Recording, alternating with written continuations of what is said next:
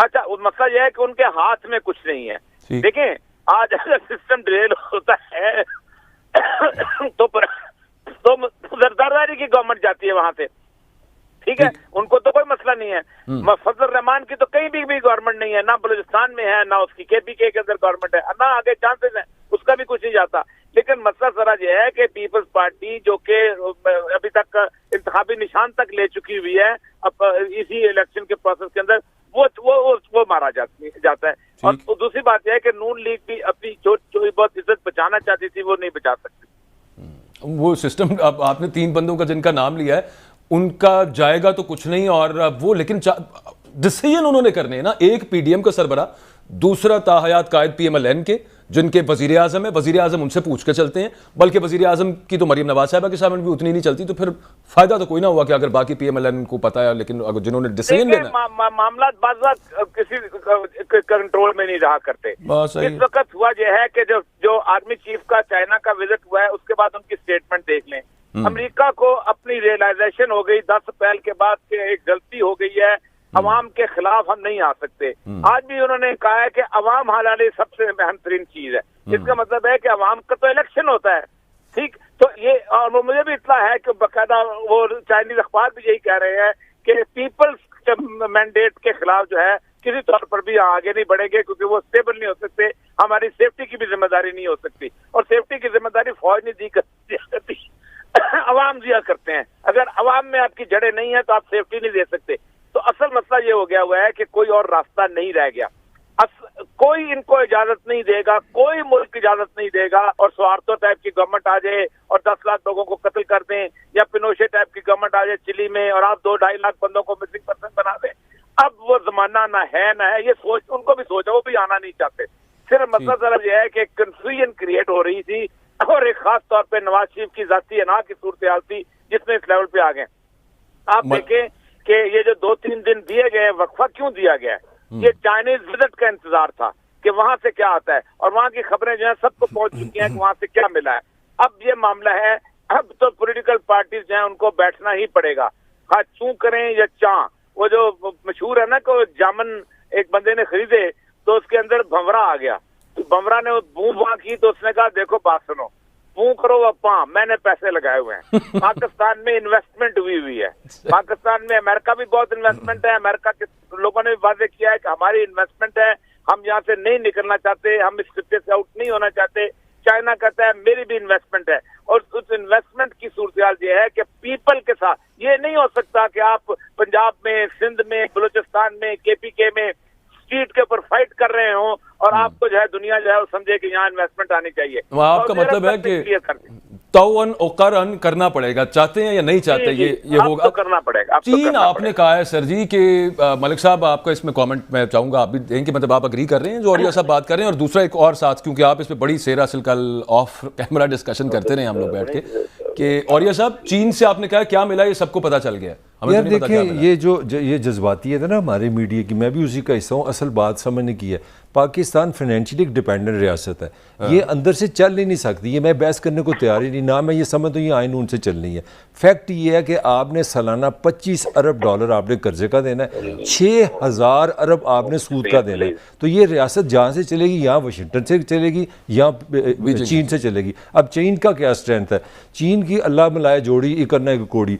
China में free press का कोई तसव्वुर नहीं, जो हमारे साथ डंडा सोटा चलता है, हम ऑलरेडी आधा चाइना बन गए हुए हैं। आगे चलते हैं, वहाँ पे वन पार्टी होती है, यहाँ पे भी एक ही पार्टी है जिसकी हुकूमत है, आपको उसका नाम पता है, मुझे भूल गया, सबसे बड़ी पार्टी। यहाँ पे कोई वो जो साइकोलॉजिकली जो चाइनीज़ पॉलिटिकल सिस्टम है ना, और याद रखें जो दुनिया का अमीर आदमी होता है उसका कोई खलाक नहीं होता, उसको अपने पैसे अजीज़ होते हैं, मुफाद अजीज़ होते हैं। मुझे लग रहा है कि पाकिस्तान जो सऊदी अरब अपना नवाज गया वो इसीलिए गया कि सऊदी अरब भी चाइना की तरफ चला गया, ईरान भी चाइना की तरफ चला गया, और पाकिस्तान भी चाइना की तरफ आज होकर खड़ा कि भाई 60-70 बिलियन लगाओ हमारे पे, हमारे साथ दो, हम आपके सिस्टम के करीब पहले ही पहुंच चुके हैं। जमहूरियत है यहाँ पे, आइन है, मुझे बता दें, आज आपको मैं खबर देने लगूँ, आज जो नवाज शरीफ की पार्टी की हुई है ना सारी मीटिंग, सब ने कहा है कि जनाब जब तक IMF के पैसे नहीं आएंगे हम इलेक्शन नहीं कराएंगे, हमारे पास इलेक्शन के पैसे नहीं हैं, पार्टी ख़त्म होगी। सुप्रीम कोर्ट आपकी कह चुकी है कि 14 मई को इलेक्शन कराएं,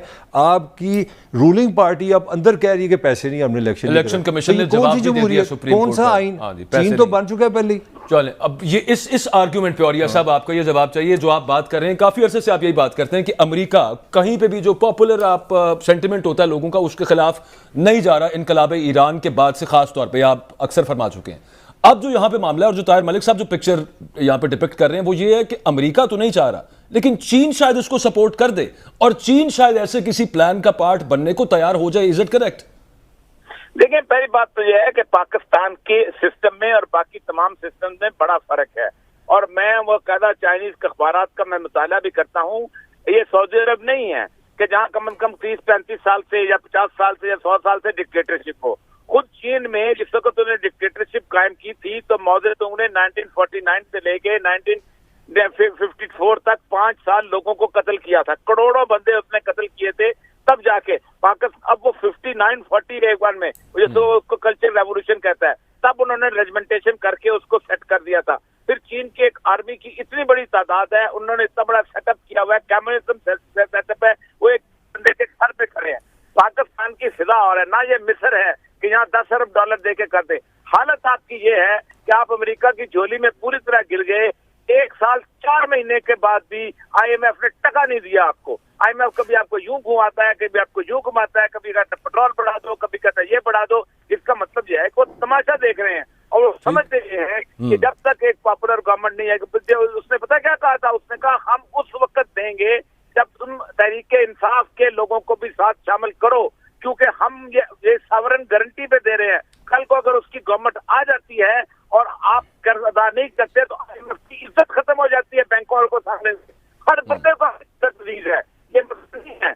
IMF पैसे इसलिए रखता है, गारंटी देता है कि हम कर्जा अदा कर सकेंगे। वो कहते हैं 6 महीने तुमने यहाँ रहना है, या तो सारी पॉलिटिकल पार्टीज को इकट्ठा करें। 6 महीने पहले IMF ने कहा था जब तक सारी पॉलिटिकल पार्टीज इकट्ठी नहीं होती हम आपको आपकी किस्त नहीं देंगे।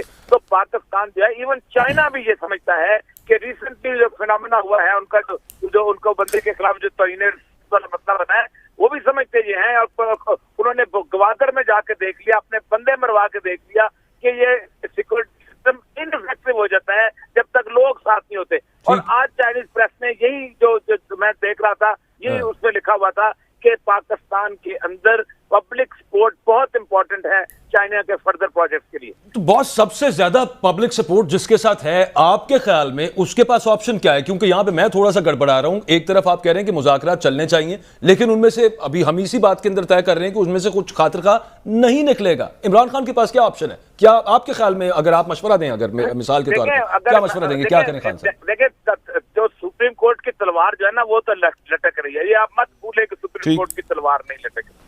उसके बाद अगर सुप्रीम कोर्ट 14 मई को इलेक्शन इंप्लीमेंट नहीं कराती, नहीं हुए, अगर उसके बाद इंप्लीमेंट होने के बाद अगर सजाएं नहीं मिलती तो सुप्रीम कोर्ट पे ताला लगा दे। पाकिस्तान की तारीख क्या, दुनिया की किसी तारीख में ये नहीं हुआ कि एक हुक्म की हुक्म अदूली हो जाए और इंसान को सजा ना मिले।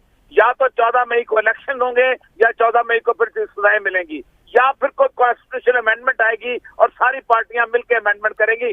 कोई और रास्ता नहीं है। ताला लग जाएगा, चीफ जस्टिस का दफ्तर बंद हो जाएगा। सब आपको पता है कि कल 8 जजों की उन्होंने बुला लिया ना उसके ऊपर, और तमाम पार्टियों को 2 मई को बुला लिया। क्यों बुला लिया? पार्लियामेंट को बुलाया सामने।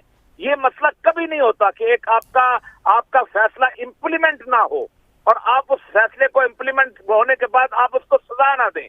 यानी आप एक आदमी को 4 आदमियों को आप फांसी देते हैं और जल्लाद इनकार कर देता है, चलो उससे नहीं होती, तो क्या आप जल्लाद को सजा नहीं देंगे? वो देनी पड़ेगी, वरना आपका सिस्टम खत्म है पाकिस्तान का। डायकोटमी ऑफ पावर ले आए ना मौर्या साहब वो बीच में, वो कहते हैं कि हम भी एक सुतून है और हमारे पास अगर पैसे नहीं है और पैसे देने का इख्तियार हमारे पास है तो हम कैसे इख्तियार के होते हुए पैसे दे दें कि हमारे पास है ही नहीं। ये इनकार करें ना जाके वहां, किसी ने हो गया सर इनकार। इलेक्शन कमीशन ने जाके आज बता दिया, उन्होंने कहा कोई पैसे नहीं है हमारे पास। नहीं, उन्होंने इलेक्शन कमीशन को कहा है, उन्होंने इलेक्शन कमीशन को कहा है। अच्छा सुने, उन्होंने चक्कर चलाया। उन्होंने पहले कैबिनेट ने अप्रूव किया कि पैसे दे दो, ठीक, उसके बाद पार्लियामेंट से कहा, फिर बाद में वोट ऑफ कॉन्फिडेंस लेना पड़ा, क्योंकि अगर आपका फाइनेंशियल बिल रिजेक्ट हो जाए तो आपकी गवर्नमेंट खत्म हो जाती है।